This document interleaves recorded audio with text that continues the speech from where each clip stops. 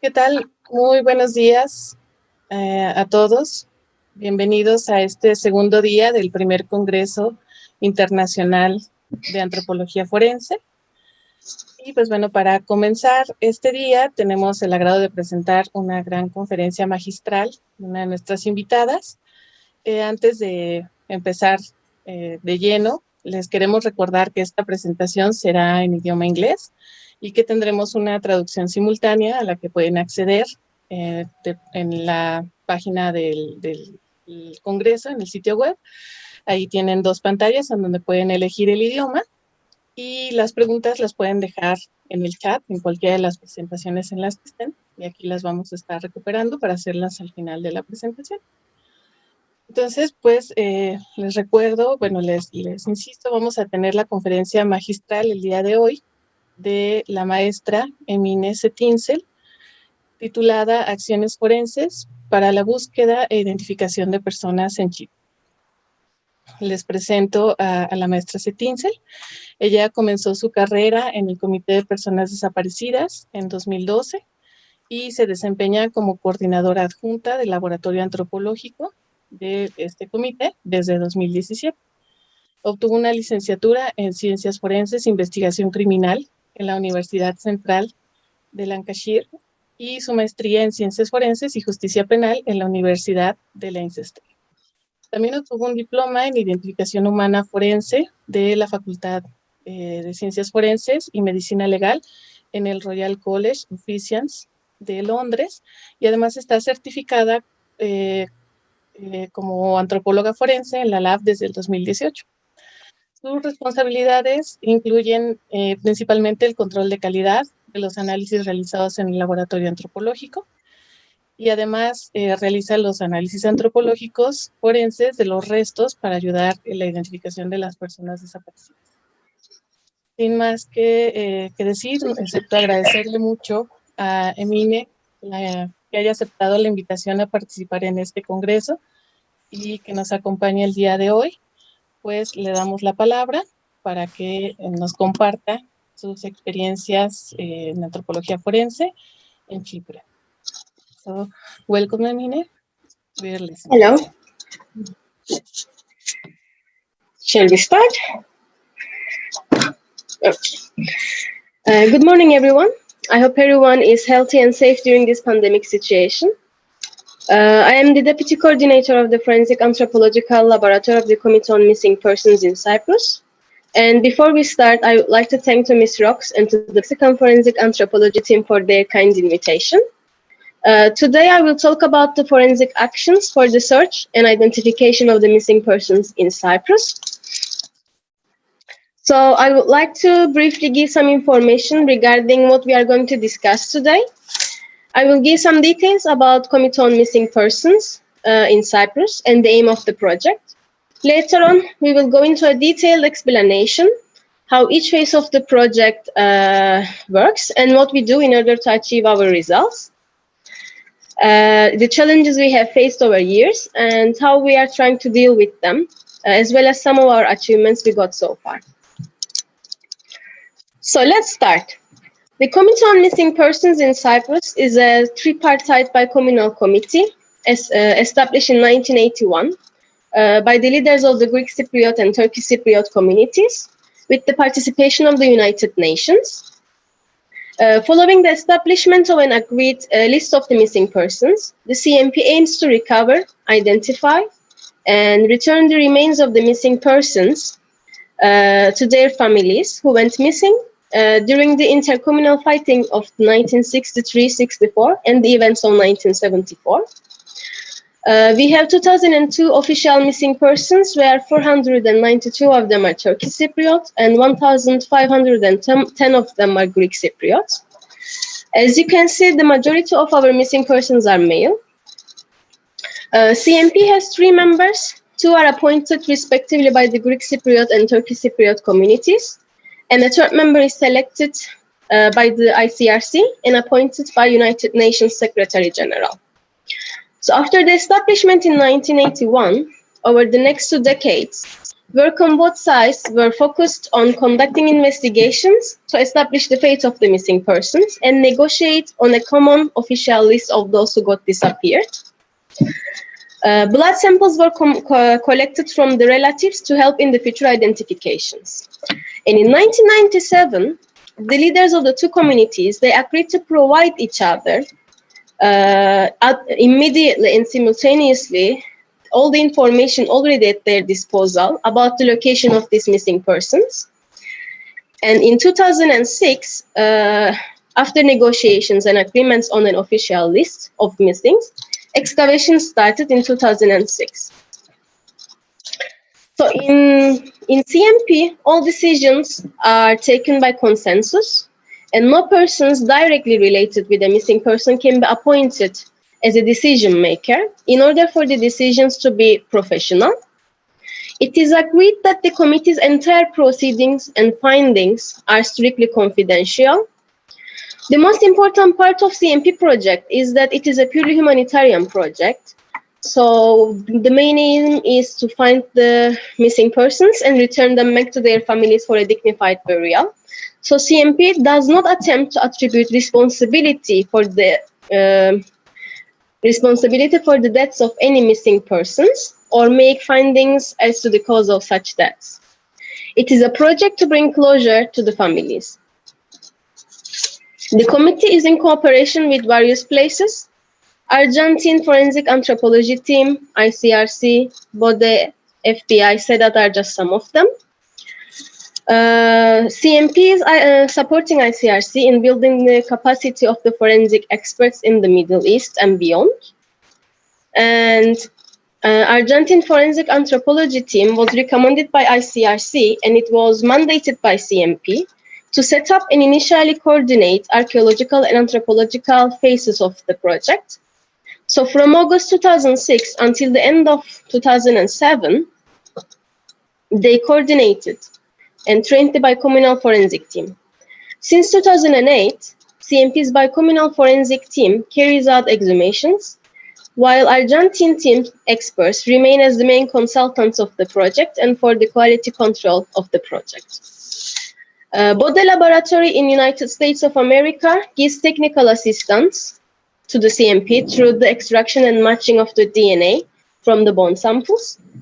And FBI and SEDAT also gives technical assistance to the project for carbon-14 analysis. So in order to achieve results, CMP employs a bicommunal forensic team of more than 60 Cypriot archaeologists, anthropologists, geneticists, where the excavations are conducted throughout the island. And anthropological analysis of the remains are done in the CMP Anthropological Laboratory, which is based in the United Nations protected area. Field teams conduct their operations on both sides of the islands in order to locate and exhume the remains of the missing persons. CMP genetic unit is also located in the Anthropological Laboratory, where the laboratory-based work for genetic analysis is performed by BODE in America, and data is centralized in CMP genetic units to interpret and confirm results. CMP also provides psychological support to the families of the missing persons as well. So if we are going to talk about the phases of the CMP project, we can say that it mainly consists of 5 different phases, which starts by the investigation regarding whereabouts of the missing person. An archaeological phase starts upon the gathered information by these investigators. Exhumed remains are then transferred to the laboratory for anthropological analysis, which is then followed by the genetic analysis. And the last phase is identification and return of the remains back to their loved ones to have a decent burial and to bring a closure to the families. So let's start with the investigation phase. Teams from both communities, they work together in order to gather information regarding the burial places of the missing persons.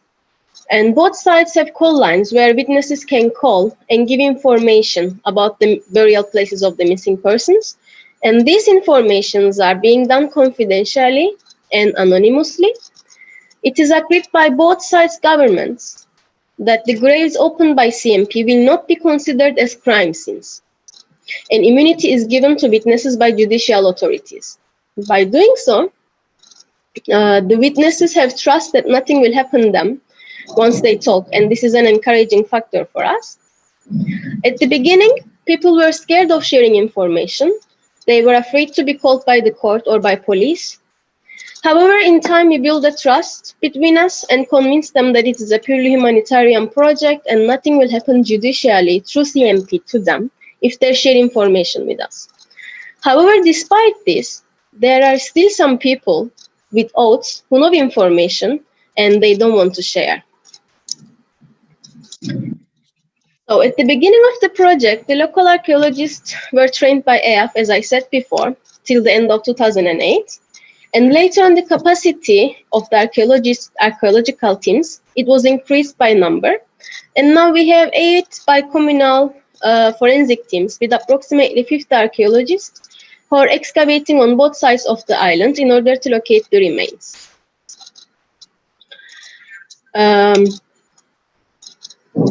They are excavating on different burial places, from wells to house yards, from lakes to open fields. And until the end of October in 2020, we carried out 1,366 excavations, where we managed to exhume 1,189 individuals from these different burial places. So archaeological teams use both machinery and manual labor to excavate potential burial places. And when human remains are located, the machinery force stops and archaeological techniques are applied carefully in order not to miss out any remains. And soil is checked with sieves as well. All archaeological phase is documented and photographed from beginning till the end, where each excavation have their unique codes. And minimum number of individuals are calculated at the end of the exhumation. But of course, this number can increase after the anthropological or genetic analysis.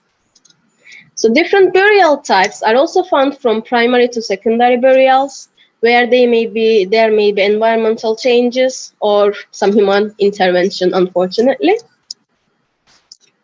So I would like to give some examples from our excavations. Well excavations can be one of the most challenging excavations, depending on the condition of the well. If there's still running water inside and on the depth of the well as well. If it is possible, an access ramp is built so that we can have an easier access inside the well. However, when this is not possible, our archaeologists take the necessary precautions, health and safety measures, and they get inside the well. If there's water running inside the well, then this water is pumped outside, and all this muddy soil and water is checked by water sieving in order not to miss any remains. Carrying out excavations in the riverbeds can be very difficult, since the excavation sites can be subjected to huge changes over years, and this can cause a large scale of dispersion of the human remains. For this reason, excavations are being conducted systematically with wider boundaries when compared with other excavation sites in order to locate the human remains and not to miss out them. And seasonal changes also affect these excavations when there is running water in the rivers.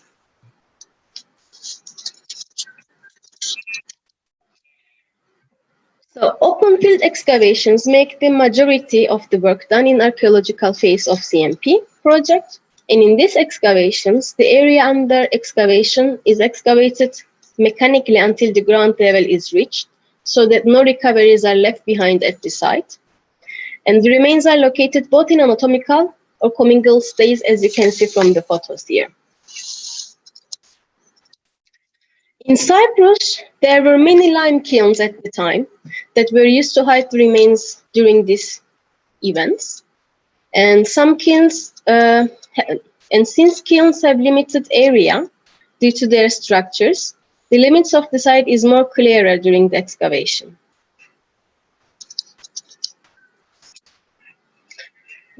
Deep valleys and slopes make mountain excavations very challenging.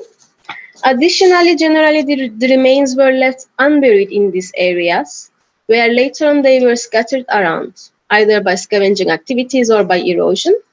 And this makes anthropological and genetic phases very challenging as well. And besides different burial places, remains can be found in different burial states. While some of them can be recovered anatomically in situ, commingling is a factor. Relocation of the remains from their burial places, environmental and natural processes, or agricultural activities have a role for commingling. It has to be kept in mind that archaeological excavation is a destructive process where it cannot be repeated again. For this reason, detailed photography, documentation, they carry utmost importance for future references.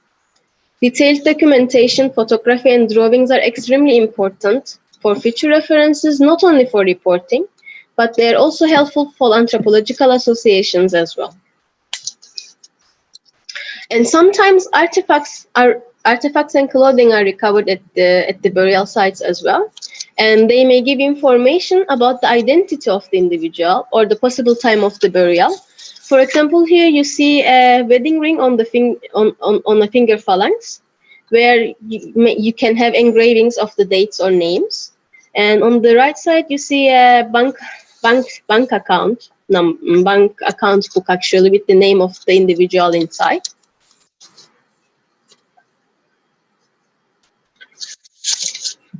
So all remains exhumed from the excavation sites, they are transferred from the field to the CMP Anthropological Laboratory with their unique identifying codes and chain of custodies. And CMP Anthropological Laboratory is located in the United Nations protected area in Nicosia. At the moment, CMP Anthropological Laboratory hosts 10 bicommunal anthropologists working in 2 bicommunal teams, 2 identification coordinators and geneticists, a photographer, 2 database managers, a health and safety officer, 3 archaeologists who constantly work on the forensic archaeological reports. So CAL is the place where all remains are kept. All anthropological analysis is conducted from receiving the remains until the identification and release. And all archaeological and anthropological forensic reports are prepared and stored. So remains are analyzed in chronological order based on the year of exhumation. And all remains awaiting analysis, analyzed remains waiting for DNA results, identified cases until release to the families for burial. No match and non-relevant cases, they are all stored in the CAL facility under controlled temperature conditions and in carbon-free boxes. So the aim of the anthropological analysis is to create a biological profile by analyzing the skeletal remains in order to help in the identification process. However, besides that, anthropologists also decide if the remains are of animal or human origin, if they're relevant or not relevant with the CMP project as well. And all analyses are uploaded to a digital database for the integrity of the information and for storage purposes. Sometimes animal or not relevant remains are also transferred to the anthropological laboratory, where anthropologists determine if the remains are animal or human origin. And sometimes ancient remains can also be recovered at the sites, and in such circumstances, we send sample for carbon-14 analysis to close these cases. And we are working with SEDAR and FBI labs at the moment for this carbon-14 analysis. So, of course, our main focus is the relevant cases. We find skeletal remains mostly in 2 different burial types, anatomical or disturbed. Anatomical cases can be found as a single or multiple burial. And nevertheless, anatomical cases are fairly easier cases for us because the anthropological analysis doesn't take a long time to create a biological profile and to select samples for DNA analysis.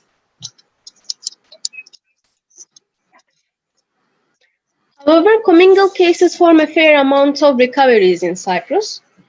The remains can be found commingled due to several reasons, such as erosion or human interaction, while some of them can be mixed when primary burial was transferred.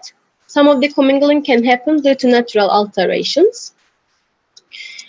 Such cases are accepted as challenging and more complicated cases, where they are time-consuming as well. Anthropologically, more time is spent for this analysis. And after the initial analysis of these skeletal remains, a minimum number of individuals should also be calculated, and association techniques are applied.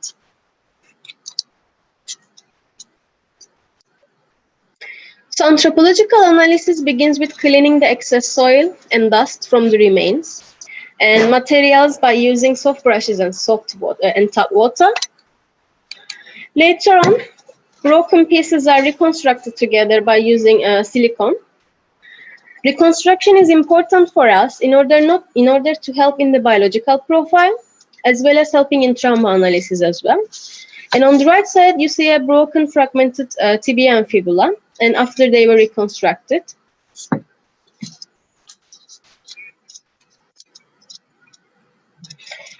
So we are saying biological profile, but what is a biological profile includes?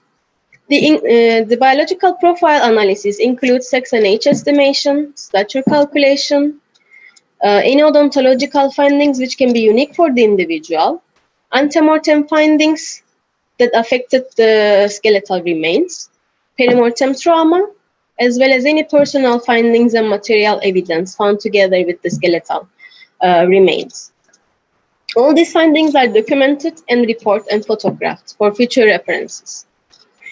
And our anthropological analysis is carried out blindly. The hypothesis for presumptive identity is not known by the anthropologist to eliminate any bias. So we are using standardized methods to create biological profile. We are using both morphological findings and metric measurements for sex estimation. We are using pelvis and skull as well as metric measurements.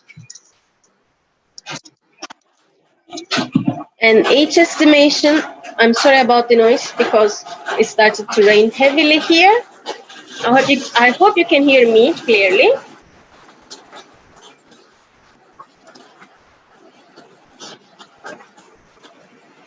Can you hear me?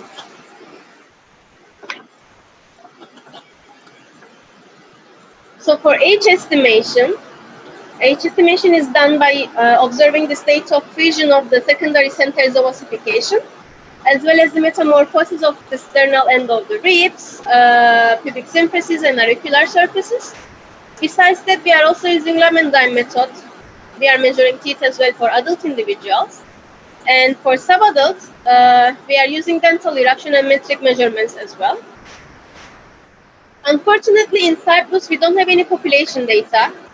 So we are using triangulator methods for white males and females to give an approximate range for stature if we have a complete long bone. Odontological findings can be considered as personal traits unique to the individual, and they can be very helpful in the identification process. Unfortunately, in Cyprus, we don't have any dental records. However, antemortem information which was gathered from the families includes this information if they remember something about their loved ones, if they can remember. And recognition of these traits are essential in the identification process as well. So pathological conditions affecting the skeletal remains have a great potential to contribute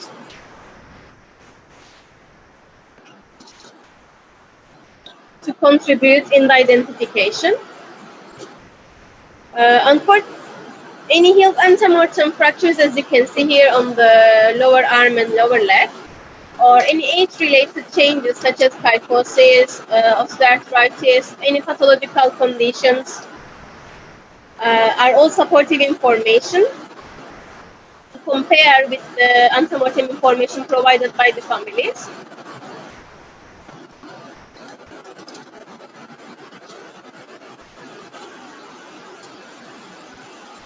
Clothes and personal belongings found together with the remains are elements that support identification, especially findings such as photographs or rings that family members can remember are very important.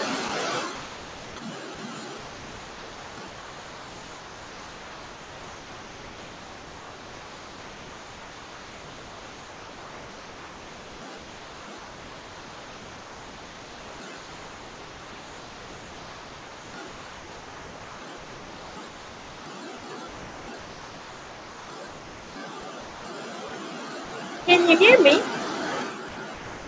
Yes, Emine, Yes. we can hear you.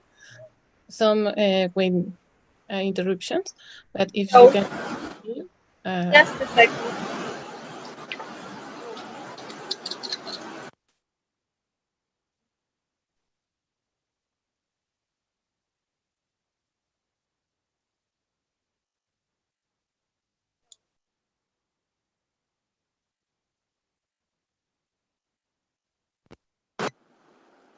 Can you hear me?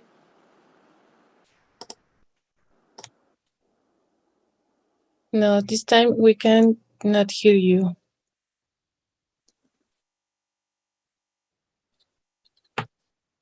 Maybe it's the connection about the rain.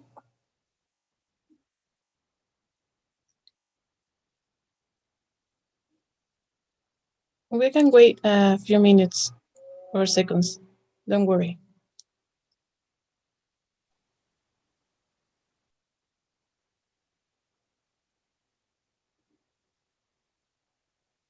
Tenemos un problema técnico con la ponente. Nuestra conferencista está por supuesto, en Chipre y parece que está lloviendo mucho por allá. Entonces vamos a dar unos segundos en lo que puede recuperar el micrófono y el audio.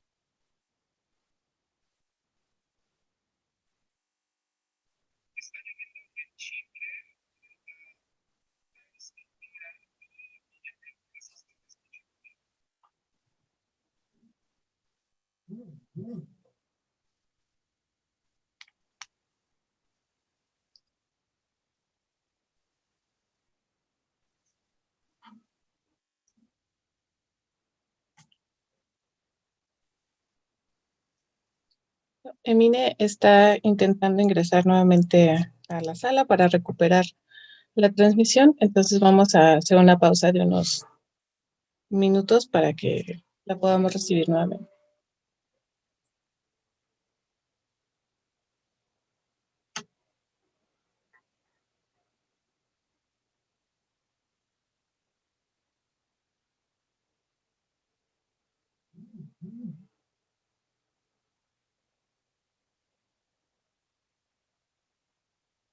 Mientras tanto, les comentamos que si pueden ir dejando sus preguntas en el chat de esta transmisión, se los agradecemos mucho para irlas recopilando y podérselas hacer a Emine cuando termine su presentación.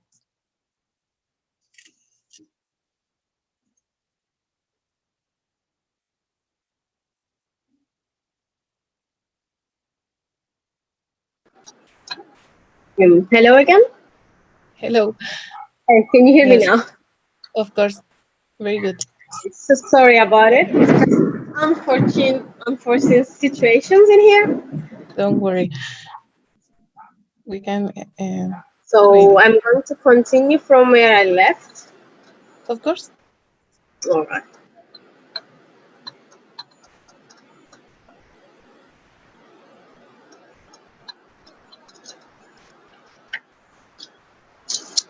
All right.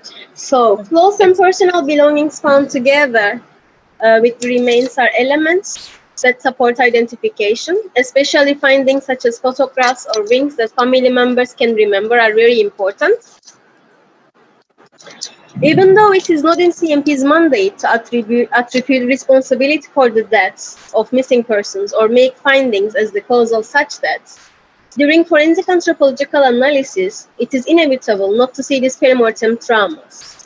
They are also being recorded in photographs while no cause of death is given in the report. However, this information is verbally explained to the families, but it is not included in a written report that is handed over to them. Here you can see some gunshot wound traumas on the various parts of the body and some blunt force trauma on the craniums.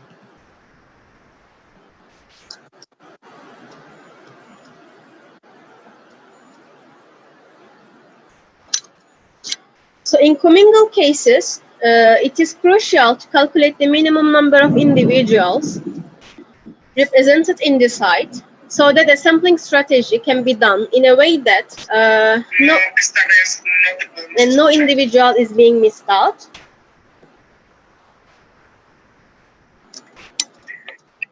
In order to do that, all the same elements are gathered together and counted in order to decide minimum how many individuals are represented in that specific grave. For example, here we have 35 right ulna and 35 right fibula and left fibula, which means that we have minimum 35 individuals in this specific site. However, by using pair matching method, this number may increase, and the number may also increase after DNA analysis if some elements of the individuals were not represented by the elements which gave us anthropological MNI, which was right ulna or fibula in this case, due to several reasons mentioned earlier, such as relocation of the remains. So after MNI calculation, body parts are created using anthropological techniques, and pair matching and articulation are mostly the used ones. In CMP, it is important to return the remains as complete as possible to the families, and for this reason, we are trying our best. Association by anthropology also helps in the DNA sample selection as well. Representative samples are selected for DNA analysis from each body groups, and considering that DNA analysis is a destructive method and it is expensive as well, we develop a sample selection strategy depending on each case. So sample selection strategy differs depending on the type of the burial and condition of the bones. If it's an anatomical case, a main sample, preferably teeth, in good condition are favorable, and a reserve sample, mostly thallus, is preferred if the main one doesn't work.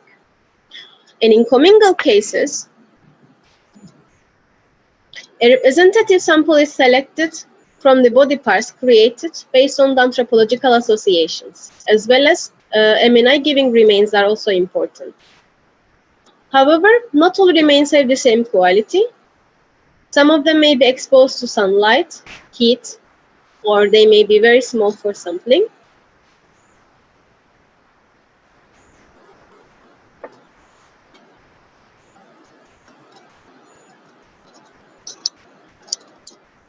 So, Cal anthropologists nominate bone samples for DNA analysis, and DNA analysis is a destructive method. Thus, areas that may be used for identification or reassociation are avoided to be used for sampling. And detailed photography before sampling, after sampling, and after the sealing of the sample are taken as well. In commingled cases, the context of commingling, MNI, investigative information regarding the expected MNI are also being considered, and best samples as well as MNI representing samples are always prioritized. Depending on the MNI increase after DNA analysis or failure of the samples that were sent for analysis, resampling can be done. Basically, the aim is to maximize identifications, but not all remains can be genetically tested. Thus, anthropological analysis have an utmost importance.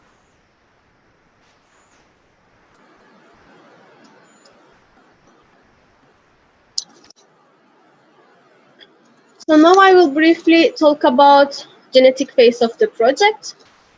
So at the beginning of the project, blood and saliva samples were taken from the relatives of the missing persons by consent.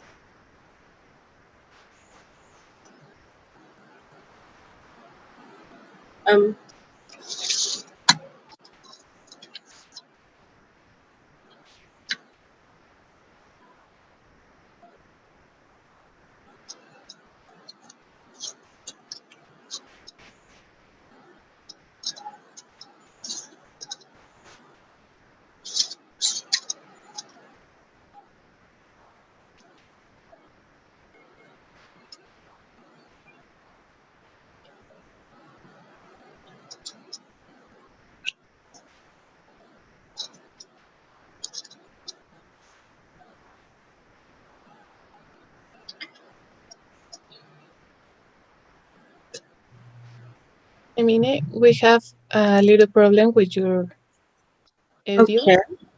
So you cannot hear me? No. Now I can hear you. Okay, perfect. So I'll continue from genetic analysis. Please continue. Okay, all right. Sorry about that. So at the beginning of the project, blood and saliva samples were taken from the relatives of the missing persons by consent, stating that these data will only be used for identification purposes for their relatives. And the family reference sample database was created, including the genetic data of the relatives from both communities. And this DNA profiling of the family reference samples, they were carried out by 2 local DNA labs, and data is centralized at CMP genetic unit. Representative DNA samples from skeletal remains are being sent to a contracted genetic laboratory, which is Bode in Virginia at the moment, in order to extract DNA and for DNA testing. DNA profiles are used for both comparing between the family reference samples for a positive match, as well as among themselves for reassociation in commingled and challenging cases.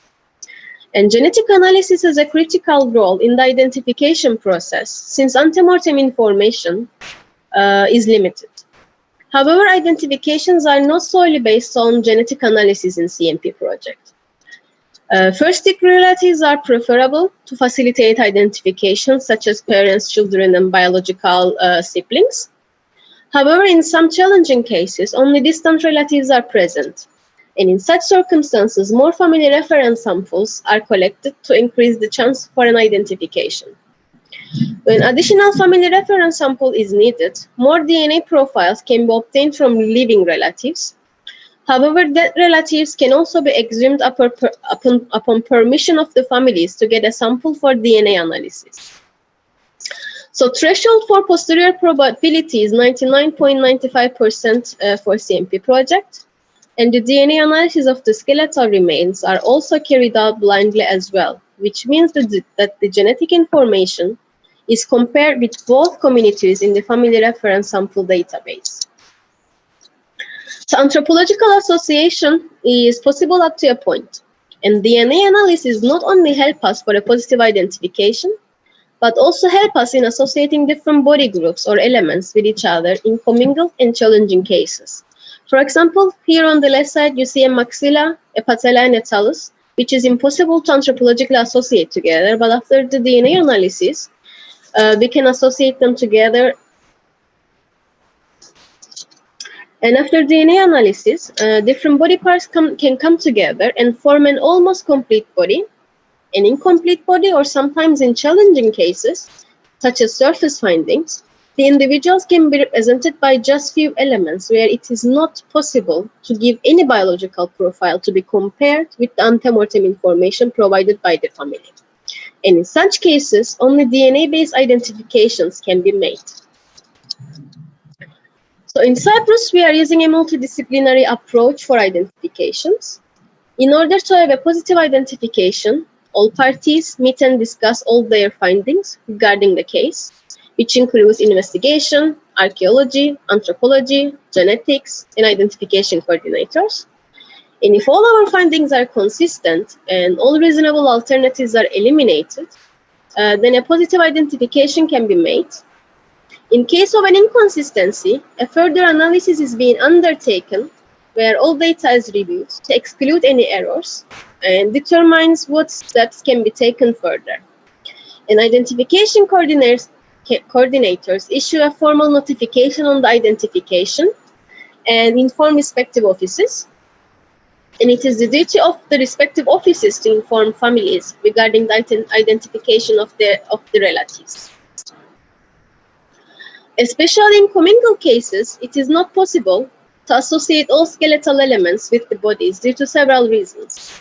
Some of them may be just small bone fragments or in a bad condition that is not possible to associate them, or they may be totally consumed if we send them for DNA analysis, while some of them will not yield any DNA results to be associated with any of the remains.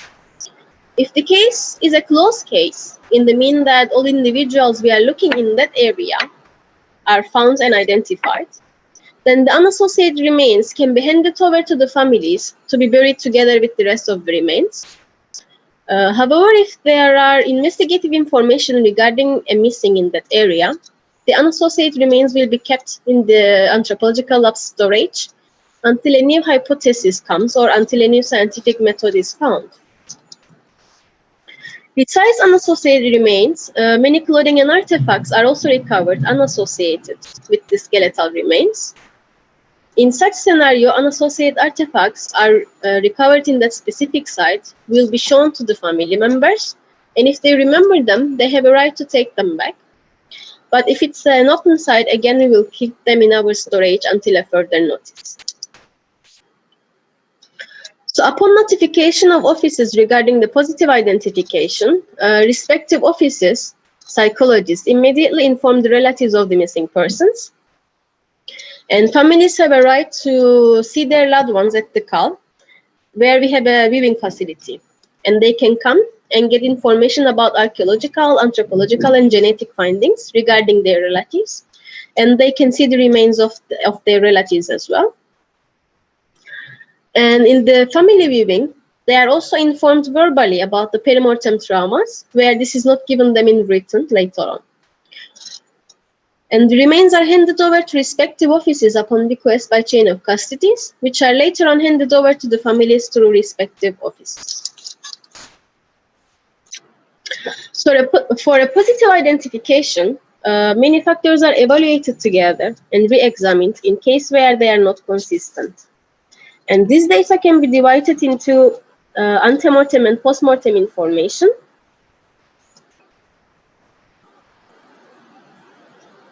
And any absent information in this part is one of the challenges that we are facing.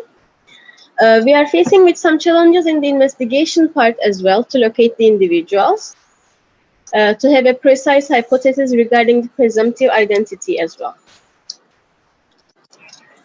So CMP project is looking for persons who got missing between 1963-64 and in the events of 1974, which means that it has been more than 50 years after the events, which means that important witnesses are passing away or they are unable to help us due to their health issues now. And in addition, landscape has been altered by new buildings and places have been changed. And witnesses may have difficulties in locating or recognizing these places anymore. In order to tackle with this problem, an archival team is created where the analysts go through national and international archives in order to find information on possible grave sites. Mapping analysis and geographic information systems, drones for aerial photography, are also adopted and used in the investigation phase in addition to the witness information.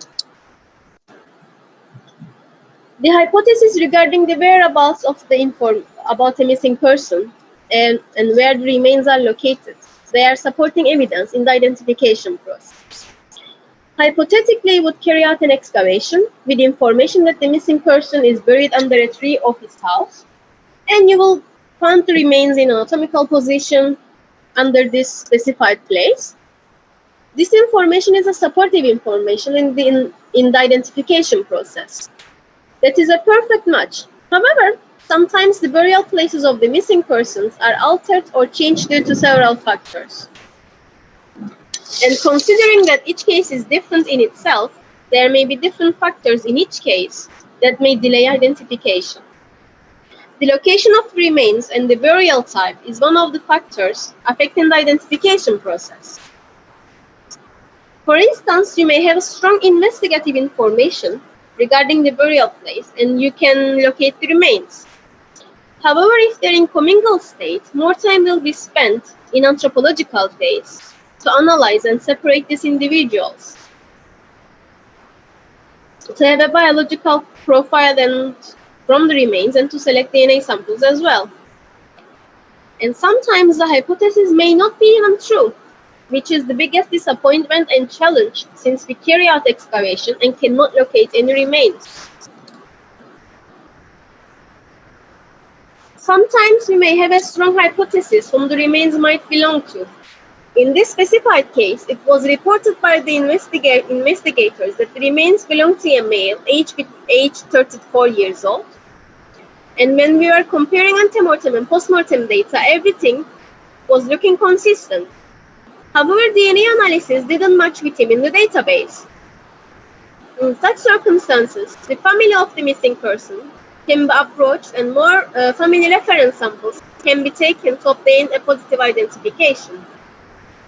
Having a hypothesis at hand and the consistency of this hypothesis with the anthropological data may enable identification,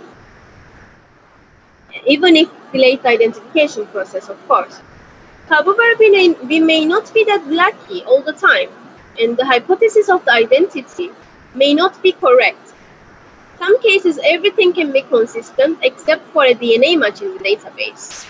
And in such cases, paternity may be one of the issues. On the other hand, sometimes you may have some hypothesis about the identification, and maybe every information can be consistent. The hypothesis of the identity investigation, all findings. However, DNA results can give us different name, which is also very consistent with the information. That's why we need to reconcile all information together and decide the identification of the individual. That is why a multidisciplinary approach is important. Antemortem information gathered from the relatives of the missing persons is crucial as well. If especially DNA information of the relatives is not present in your family reference sample database, even if you have a complete skeleton with a biological profile, and a full DNA profile is obtained from remains, the case will stay as a no match. If you don't have any data to compare your findings with, the identification phase will be delayed. Unfortunately, in some sites, based on many reasons, very limited elements are recovered. In these cases, identifications are usually based on genetic results, since there is very limited data for comparison. And in these cases, investigation information is very important as well to support the genetic data.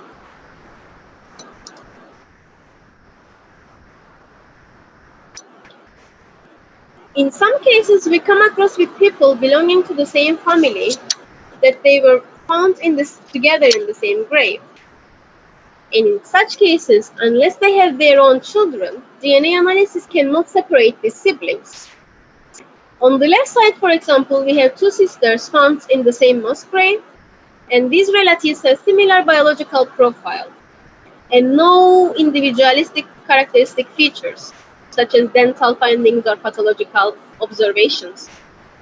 In these individuals, they were identified through DNA analysis, since one of the sisters had children, where their genetic information was used for the identification. Although it was not possible to distinguish them anthropologically due to their very close age range, genetic analysis could say who is who by showing the mother-child and children-aunt relationship. However, on the right side, we have two brothers found together in the same mass grave, and the brothers were separated through the genetic information obtained from the bone samples. And we can say that this individual belongs to this family. However, the brothers didn't have any children, and the genetic analysis couldn't separate or distinguish which one is which. Thus, they were separated by anthropological methods, age in this specific case. So anthropological findings are very important to support other findings for identifications, and sometimes they may be the only method to separate the individuals from the same family. As previously mentioned, the quality of each bone may not be the same. Sometimes it may be very difficult or even impossible to obtain DNA material from the skeletal remains due to different factors, like they may be highly fragmented, they may be exposed to direct heat or direct sunlight. And if there is no antemortem information or hypothesis regarding these findings, these cases cannot be identified in the absence of any information or any scientific method. So besides scientific challenges, there are other challenges we are facing as well. So CMP is a humanitarian project. So political exploitation should be kept apart. And the project is running with donation, and expenses of each phase is very high. As you can see, 46% of the cost is spent for excavation and exhumations. The funds are administered by the United Nations Developmental Programme according to the international accounting standards. So without donation, it is not possible to continue the excavations, exhumations, and other analysis. So since 2006, we opened 1,366 excavation sites, and we managed to locate 1,189 human remains. And we managed to identify 993 of them, where 282 of them are Turkish Cypriots and the rest are Greek Cypriots. So what is the reason of success for CMP? CMP is a local ownership with a limited mandate, and no judicial parties included. All witness testimonies are done anonymously, and immunity is given to the witnesses so they can feel trust and talk to us.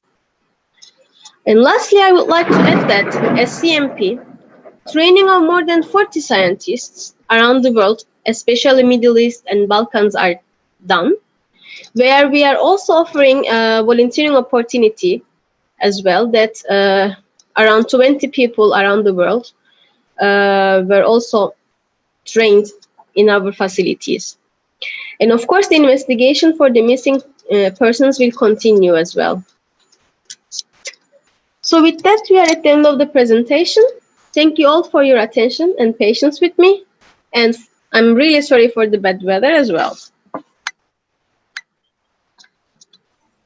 Thank you, Emine. Thank you for this amazing presentation.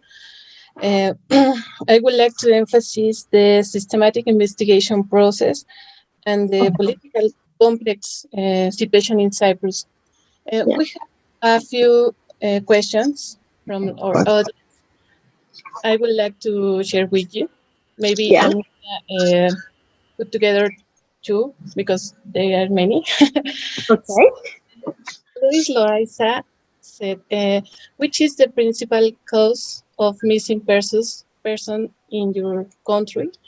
And Melanie Salazar said, according to your experience, what is the different or a similar that you consider important between the work done in Cyprus compared to another city or country? I'm so sorry, but I didn't hear you clearly. So, just a second, I'll put my earphones.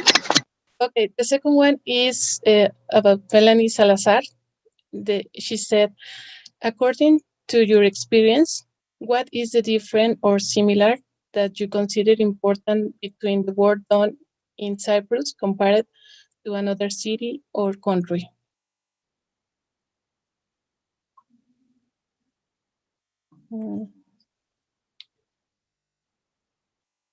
Are you there?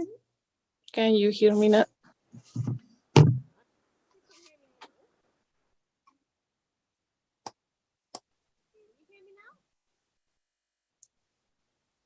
We can listen to you. Sorry. We can listen you.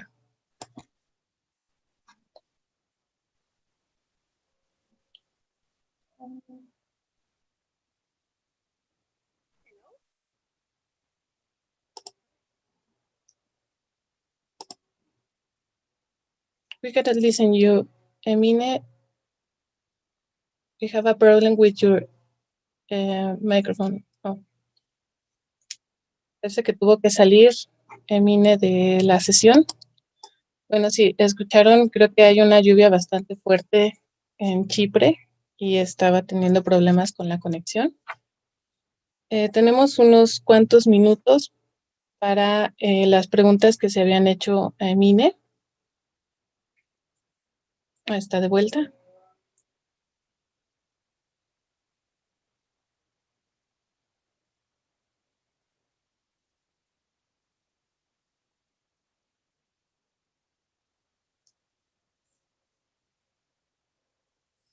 Hi, Emine.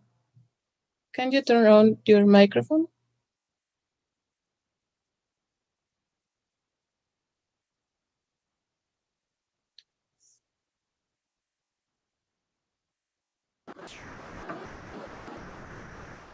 Okay. Hello? Okay. Now I will listen you. Don't worry, we understand the problems with rain.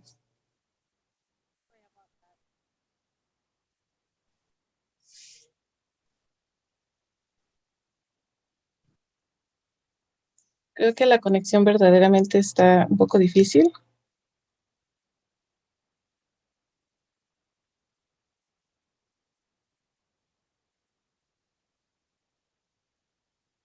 Vamos a intentar recuperar la conexión con Emine.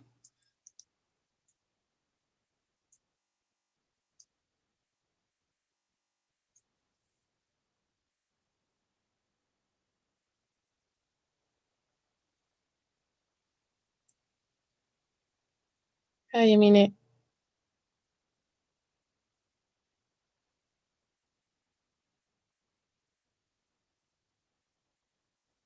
Les agradecemos a quienes realizaron las preguntas, que nos parece que esta presentación fue sumamente impresionante. Bueno, el trabajo que se ha realizado en Chipre acerca de la sistematización, el proceso de investigación y lo completo que se tiene en cuanto a los expedientes de búsqueda e identificación. Creo que es una experiencia que nos deja mucho que pensar para quienes estamos en México. Y now we can listen you, Emine. Hello. I guess now you can hear me, and hopefully I'll be able to hear you because of the noise. Okay. Yeah. And would you like to respond that questions? Okay, so can you repeat the question again, please? Because of the noise, I couldn't hear very well. Okay. Well, I'm going to talk about the first one, which is the principal cause of missing person in your country. Mm-hmm. And according to your experience, what is the difference with the same word in another city or country? Okay. So basically, the main difference is, I think, the fact that we are not saying any cause of death and that kind of things. We are not making any such conclusions, that it is purely humanitarian.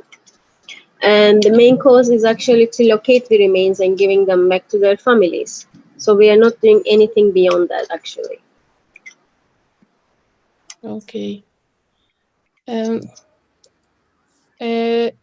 Poblano is asking, has there been a relative who has wanted to initiate legal action to find any perpetrator of the death of their relative?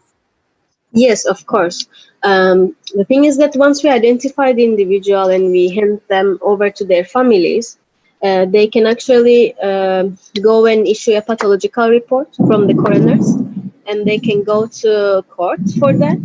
But so far, no one is actually convicted from these situations. Okay. But the families have a right actually to go and open a court issue for that. Okay, thank you, Emine. We have just a minute, so I would like to do this, the last question. Ortega said, good morning. What is the percentage of people identified in cases where this was not possible? What were the reasons? Okay, so as I told before, we identified more than 1,000. We located more than 1,000 individuals, and we managed to identify only close to 1,000 of these individuals. Sometimes we may not get some DNA results from the analysis because the remains were scattered around the mountains, for example, and it is impossible to extract DNA information from them. And sometimes, as I mentioned, we may have some difficulties that there are missing antemortem information in the FRS sample database. So we are trying to work on these problematic cases. We are trying to approach the families. We are checking the hypotheses in order to solve these issues, actually. Okay, thank you, Emine. I would like to say thank you to another participant who is asking some questions, but we don't have enough time. But Okay. I promise I'm going to send that questions for you, and All right. some discussion about that. Thank you, Luis Loaiza, Melanie Salazar, Said Poblano, and Fatima Granillo for your questions. So, Emine, thank you a lot for this amazing presentation, and accept the invitation for this participation in the Congress. Thank you very much for your kind invitation, and really sorry about all this, delays and problems once again. Don't worry. Don't worry. So, have a nice day. Y los invitamos a seguir presenciando el resto del evento del Congreso. Tenemos enseguida las mesas de discusión y pues nos vemos en esas salas. Thank you, Emine. Gracias a todos por su participación en esta sala.